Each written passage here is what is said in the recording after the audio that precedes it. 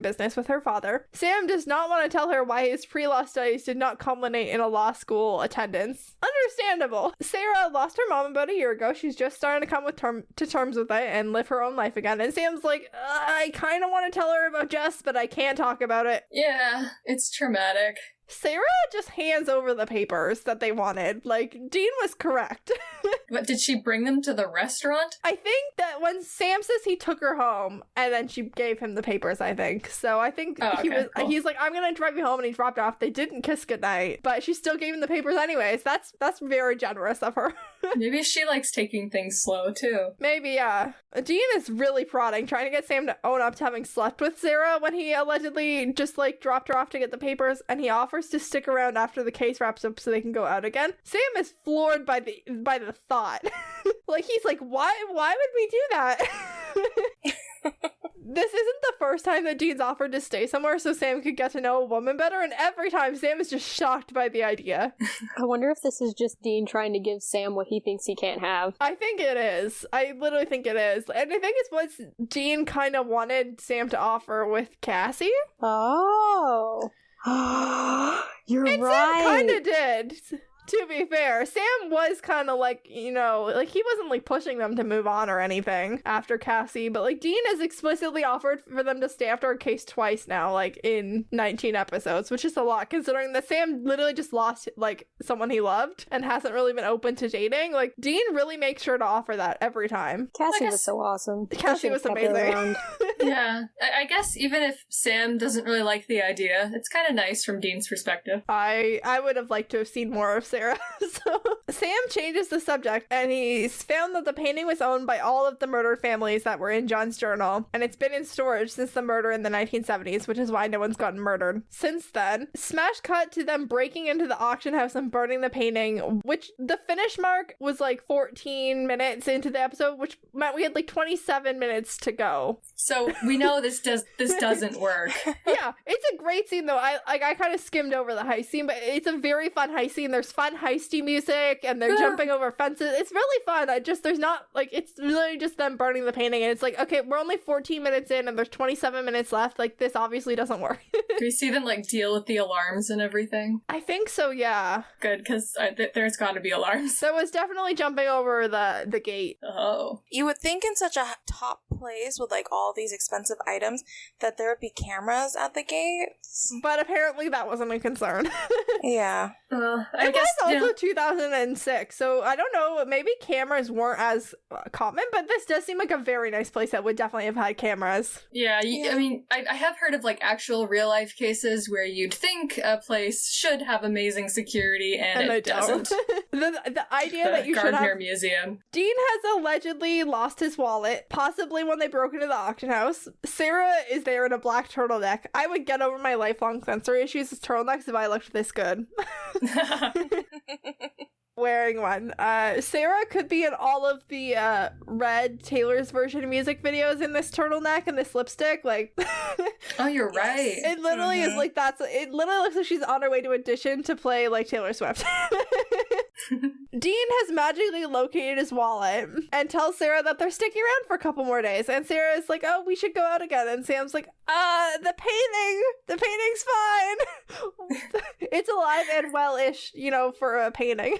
That was actually really funny. I love that scene so much. It literally looked like he like choked on something. It was like they're having a conversation, the painting just kind of sails by behind them, like, oh my gosh! Look at it, so good and there. Sarah finds the painting really creepy, doesn't want to sell it again. Sam's like, make sure that you don't. And Sarah's starting to realize that her attraction to Sam might not outweigh how weird Sam is. She literally has like a split-second look where she's like, oh, this guy is kind of weird. I'm just trying to determine if he's weird in a not dangerous way. Yeah, she was like, oh, maybe like this guy's really hot, but maybe it's not worth it. Sam and Dean go to a library, and the librarian is so excited to be asked about the Merton family. He's been waiting. Mood. He's been getting out of bed, going to work every day, waiting for someone to ask about the Merton. And today was the day. I bet he has a t-shirt that says that. Ask me about the Merton. I relate to this librarian on like a deep and spiritual level. So did I. This is me waiting for people to ask me about Supernatural. Same. Literally. I actually had a friend choke. today be like, I've started watching Supernatural. I was like, no, go back, save yourself. My mom started a couple weeks ago, so shout out to my mom, by the way. My mom listens now, so hey mom. Hello. KJ's mom. Hi, KJ's mom. We've met. Yeah, my mom loves Meredith. Oh, that's nice. Asks about you all the time. Really? Yes. Cool. On the front page of the newspaper, this murderer is sharing space on the front page with the horrific news that the Titanic sank. So Really? it sank on April 15th, 1912. This newspaper is from the 16th. The merchants were all found dead on the 15th as well. So the merchants died on the same day that the Titanic sank. Coincidence? Wow. No. So this like small town was like, oh, the Titanic, and also like this like full-on family murder. Like 5 people got murdered, and also the Titanic.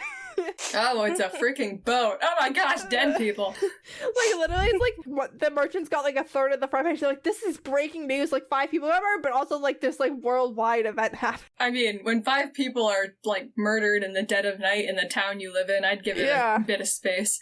Isaiah was suspected of murdering his wife and 3 children before dying by suicide, following rumors that his wife was going to take the kids with her and leave. Yikes. They were all cremated, so that's complicated. And the librarian has a photo of the painting, and Sam notices that it's not exactly the same as he remembers the actual painting. And he's very concerned. His voice gets a little high. I don't know what the direction was given there to Jared, but we're getting into the upper range. Sound disturbed. Okay. Yeah. It's better than the whisper. Yeah. Next episode, we're so far from the whisper, it's not even funny.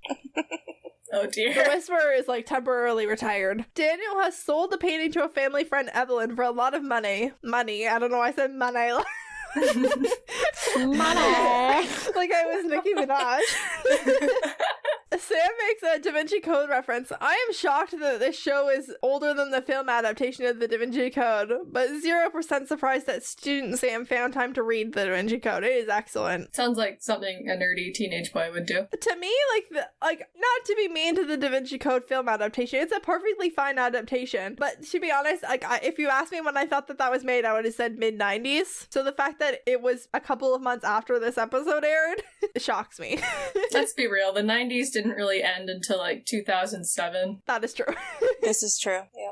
Sam finally pushes back and asks Dean to back off with the Sarah stuff, and Sam straight up asks Dean why he cares whether or not Sam hooks up with someone, and Dean says that Sam's cranky, and Sam is obviously offended by that. And Sam also says that there's no point in hooking up with Sarah because they're gonna be leaving again. I see you, demisexual Sam. Hell yeah. Yes! Die on this hill with me. I will bring it up every time. Because it needs to happen. Just, yeah, like Sam's like, we're just gonna leave again, what's the point? Dean then literally shifts not just the tone of his voice, but his entire body. His whole body shifts. He goes from laying down, like kind of like chilling on the bed. He's like, oh, Sam's serious. His tone shifts and he sits up. Like he is getting serious and into this conversation. And he says like, hey man, like I actually just thought like Sarah could be really good for you. And like, I know like your girlfriend Jess like died and like, I don't know how that feels, but like, I imagine that someone who loved you as much as Jess loved you would want you to be happy and have fun sometimes. And Sam's like, yeah, like Jess is part of it, but it's not the main concern he has. And he doesn't say what his main concern is. Gotta love the CW writing. I think that that's actually intentional because You do? yeah, I do. I think that this is Sam, like, you know, we haven't gotten, actually, no, we did get to this, with Sam having those dreams about Jess before Jess died, and, you know, his powers starting to come in and stuff a bit more. It's been a while since the show acknowledged Sam's powers. Like, it's been, like, several episodes since we even talked about it. But I think that with Jess, like, after that happened, Sam hasn't really been with another girl since, but I think he's starting to get the sense that if he's with another girl, something bad will happen to her. I think he already has that sense now. He doesn't have any extra evidence to back it up yet, but I think he's like starting to realize. Which means That he is reached that so conclusion terrible. before the audience did. That is so terrible, but so likely. Wow. I think his concern is something in that vein, or something either maybe not specifically like, oh, like something bad will happen to her, but like bad things happen to people around them, and also like Sam's powers and stuff. Like who knows what that's gonna do. That's so sad. So I think he's just like, I'm not gonna subject anyone else to that. That is so smart to like figure out. but ow. That's a nice thought. And he can't say that to Dean without Dean having that ow reaction, so he doesn't. But Sam still calls Sarah anyways because of the case. Unfortunately, Evelyn already has the painting hung up in her home above the fireplace. Look, I love art. My grandma's an artist. My best friend's an artist. Meredith's an artist. It's true. This is not art slander. I'm not slandering art here. But this massive painting of a family that died by murder-suicide is the focal point of the room.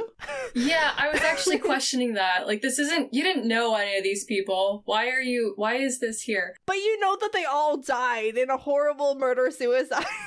Every time that you walk into this room, it's like the main... Evelyn doesn't even appear to have a television in her living room. Like, so like the only thing that there is to look at is this massive painting of this dead family. I like the implication that Evelyn's just a creep. It feels so creepy. Like every time you walk in, oh, there's the dead family of 5 staring back at you. It's right up there with mirrors for me. Like I would feel as comfortable having this painting as the main focal point of my living room as I would having like a wall of mirrors. So that every time I got up at night, mirrors would just be there. I bet Evelyn has like a mirror at the foot of her bed. Probably. I would like to know more about Evelyn and Sarah's friendship, because Evelyn and Sarah are specifically mentioned to be friends. Sarah is in her 20s, and Evelyn seems like a perfectly fine older middle-aged woman. She's maybe in her late 50s, early 60s. I want to get to know this woman. Yeah, she's like in her like late middle ages. Like I want to know like what her and Sarah talk about. Maybe they're just like both appreciate art. Maybe that's it. I don't know. Sometimes it's just like, okay, Evelyn, enough with the true crime. That's a bit creepy right now. What I do really appreciate about Evelyn's home is how solid her front door is. Yes. The boys arrive with Sarah, and they have told her absolutely nothing about what's happening. And they're just trying to bust down Evelyn's door, and it's not going well. Sam would appreciate if Sarah would stay in the car, but Sarah is like, Evelyn's my friend. I will not be sitting in the car. Thank you very much. Because she's a modern lady, and we love that for her. Yay. They're too late. Evelyn is dead, and Sarah is going to be absolutely needing therapy after this. Because, wow. Yeah, she's really chill, though. She does lie to the cops and keep Sam and Dean out of it, but now she's like, okay, I'm back. I lied to the cops for you. Tell me some shit. Well, because Evelyn wasn't just dead. Her head was almost cut off. Yeah, she was, like, throat slit, like, nearly to decapitation. Like, so, yeah, like, not only did your friend just die, you saw her dismembered corpse. And you touched it. So, yeah, that's a lot of trauma. So they give Sarah the supernatural talk, henceforth just known as the talk. It's the talk I want. Yeah, it's better than the other talk.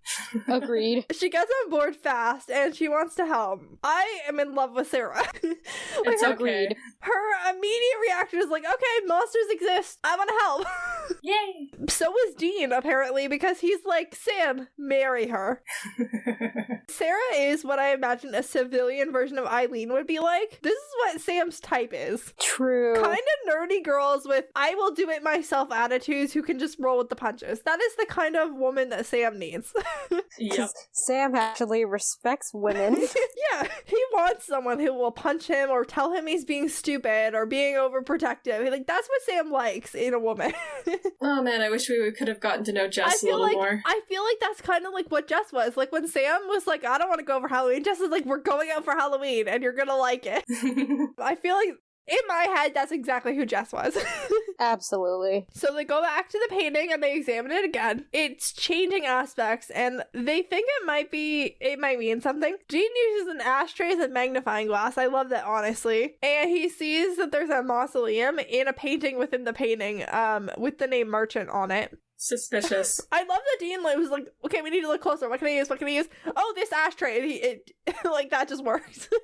I love that. When Dean notices that the razor moved, Jensen accidentally says Jared instead of Sam. He was kind of mumbling, so the editing team missed it and it made the final cut. If you're expecting to hear Sam and you have the subtitles on and it says Sam, it sounds like Sam. But if you're listening for it, you can hear that he says Jared. Come on, Jensen. It's happened to them a few times, like while they've been acting, but like this one made the final cut, and I think that's hilarious. Cue a cemetery tour that they go on. Awesome. They're on cemetery number 3 before they find this mausoleum. How many cemeteries are in this town? Apparently 3, at least 3. All right. They break in and it's dusty after like 90 years. Sarah finds the toys and the dolls really creepy. Dean notices that there's only 3 urns, or 4, I guess it should be. I said 3 in my notes, but I think it's 4. The dad, who is the suspected murderer,